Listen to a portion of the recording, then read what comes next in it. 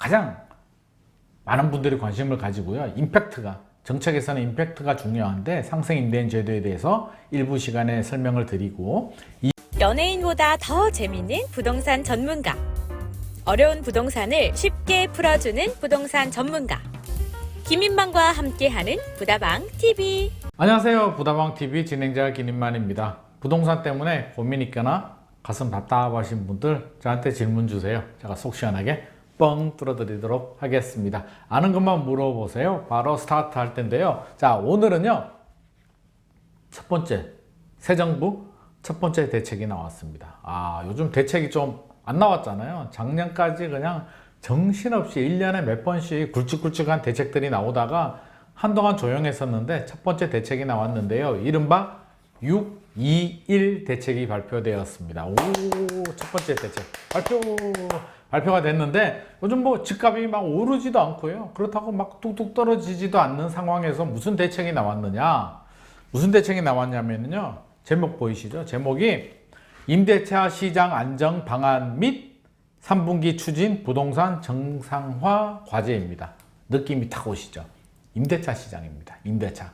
자, 한 번뿐인 주택 계약갱신 청구권을 사용하신 분들이 이제 8월부터 시장에 나오게 되면 전세 대란이 생길 것이다 라는 우려의 목소리들이 나오니까 선제 대응 차원에서 임대차 시장 안정 대책이 나왔고요. 새 정부가 여러 가지 부동산 정책들을 추진하니까 추진 방향에 대해서 나왔는데, 제가 한번 팁을 좀 드리면요. 대책이 발표되면은요, 이렇게 보도자료라는 게 발표가 됩니다. 국토교통부 보도자료나, 이번에는 통합이기 때문에 아마 기획재정부 거기 홈페이지에 올라와 있을 텐데요. 보도자료 뭐 네이버 같은데 검색해도 나옵니다. 이렇게 딱 다운을 받으시면 출력을 했거든요. 저는 항상 대책이 나오면 이렇게 보도자료 출력을 해서 이렇게 봅니다. 그래서 좋은 내용들이 굉장히 많아요. 이거 만드는 국토부 담당자들은 얼마나 맨날 며칠 고민해서 만들었을까요? 그렇죠? 그래서 내용 한번 읽어보시면 도움되는 내용들이 많이 있기 때문에 한번 읽어보시길 바라고요.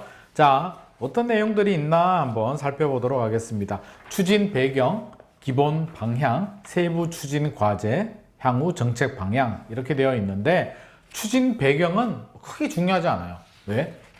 뭐 뻔한 내용이에요. 뻔한 내용. 뭐 시장 여건, 뭐 연초부터 하향 안정세, 뭐 어쩌고 저쩌고, 뭐 월세 시장은 어쩌고 저쩌고, 이런 내용이니까 이런 거는 술술 넘어가시고요. 정책 여건, 뭐 그저 그렇고 그런 내용들 넘어가시고요. 자, 기본 방향부터 보시면 될 것 같습니다. 기본 방향부터. 자, 크게 두 줄기예요. 임대차와 새 정부 새 정책 방향인데, 임대차 시장 안정 방안부터 한번 보면은요.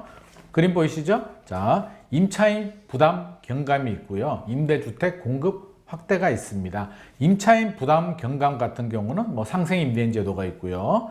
그 전세 대출 강화가 있고요. 전세 대출 지원 강화, 전세 대출 강화가 아니고 지원 강화가 있고요. 전월세 비용 세제 지원, 이런 내용들이 포함되어 있고, 임대주택 공급 확대, 뭐 건설 등록 임대 활성화, 단기주택 촉진, 뭐 임대 매물 확대인데, 자, 임대주택 공급은 우리하고 직접적인 상관이 없기 때문에 좀 빼버리고요.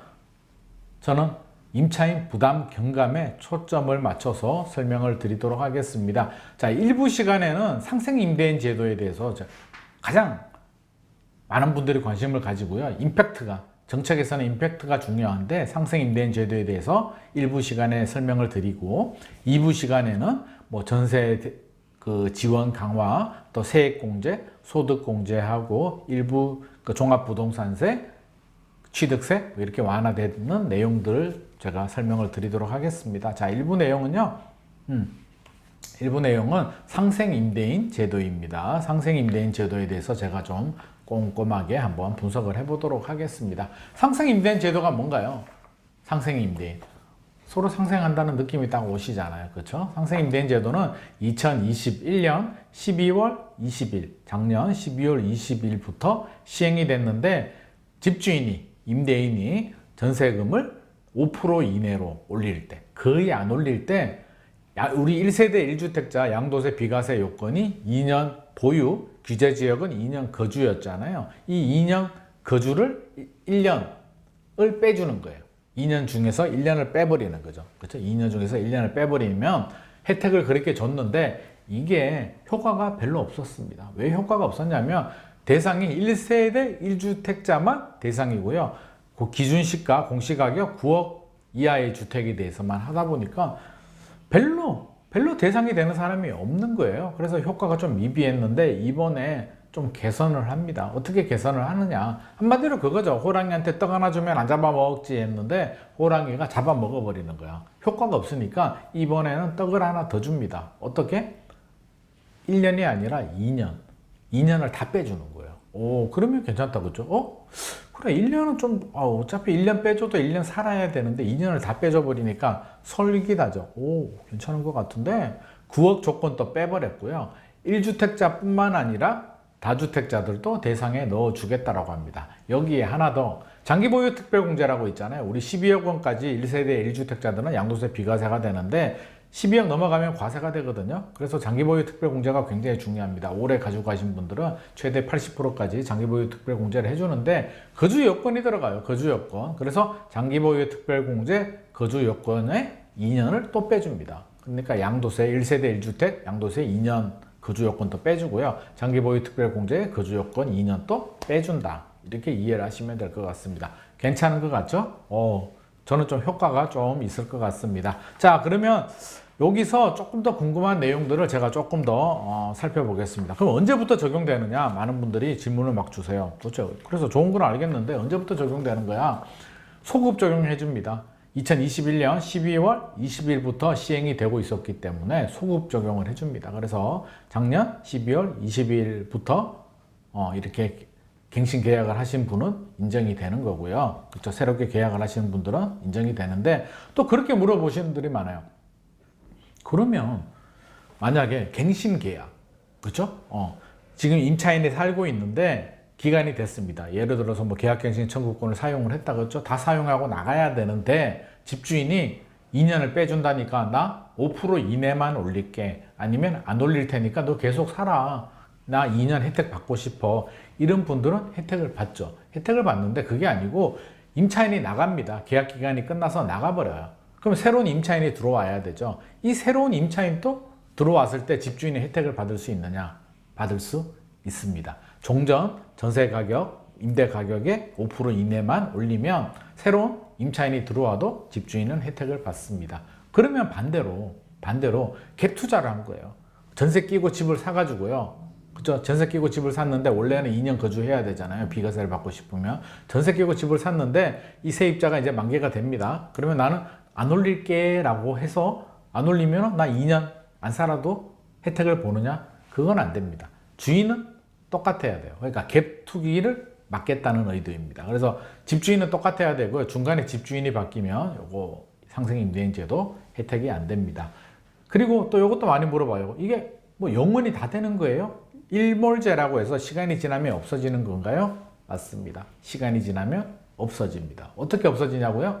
자, 원래는 2022년 12월 31일까지였어요. 근데 이제 올해 말이니까 얼마 안 남았잖아요. 그래서 이번에 연기를 해줍니다. 2024년 12월 31일까지 그 임대 개시 계약을 임대 시작을 하시는 분들은 혜택을 받을 수 있기 때문에 늘어났죠.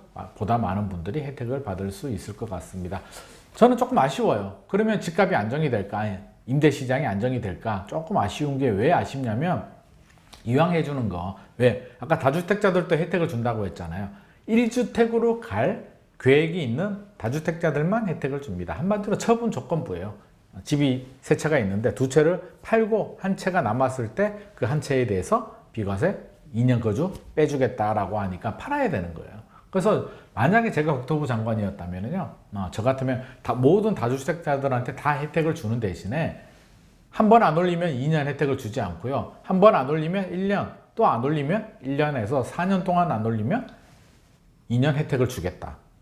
저는 이게 더 좋을 것 같아요. 그러면 세입자도 4년 동안 잘 살 수가 있으니까. 여기에 플러스 알파, 예를 들어서 뭐 안 올리는 월세 금액을 얼마 안 올리면 안 올리는 금액의 2배 정도를 종합부동산세 세액공제를 해주겠다. 둘 중에 선택해라고 하면 임대인 중에서 그래 나는 2년 거주가 필요해. 세액공제가 필요해. 이렇게 되면 보다 많은 세입자들도 혜택을 보고 임대인도 혜택을 보지 않았을까 하는 생각도 듭니다. 자, 이렇게 상생 임대인 제도에 대해서 알아봤고요. 자, 2부 시간에는 그 세입자한테 직접적으로 혜택을 주는 뭐 대출, 세액공제, 또 종합부동산세, 상속주택에 대한 종합부동산세, 취득세 이런 내용들에 대해서 알아보도록 하겠습니다.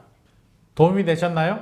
도움이 되셨다면 좋아요와 구독 꼭 눌러주시고요. 궁금한 내용이나 뭐 질문이 있으시면 네이버 카페 기님만 부동산 경제연구소에 질문을 남겨주시면 제가 답변도 드리고요. 방송으로도 진행해 드리겠습니다.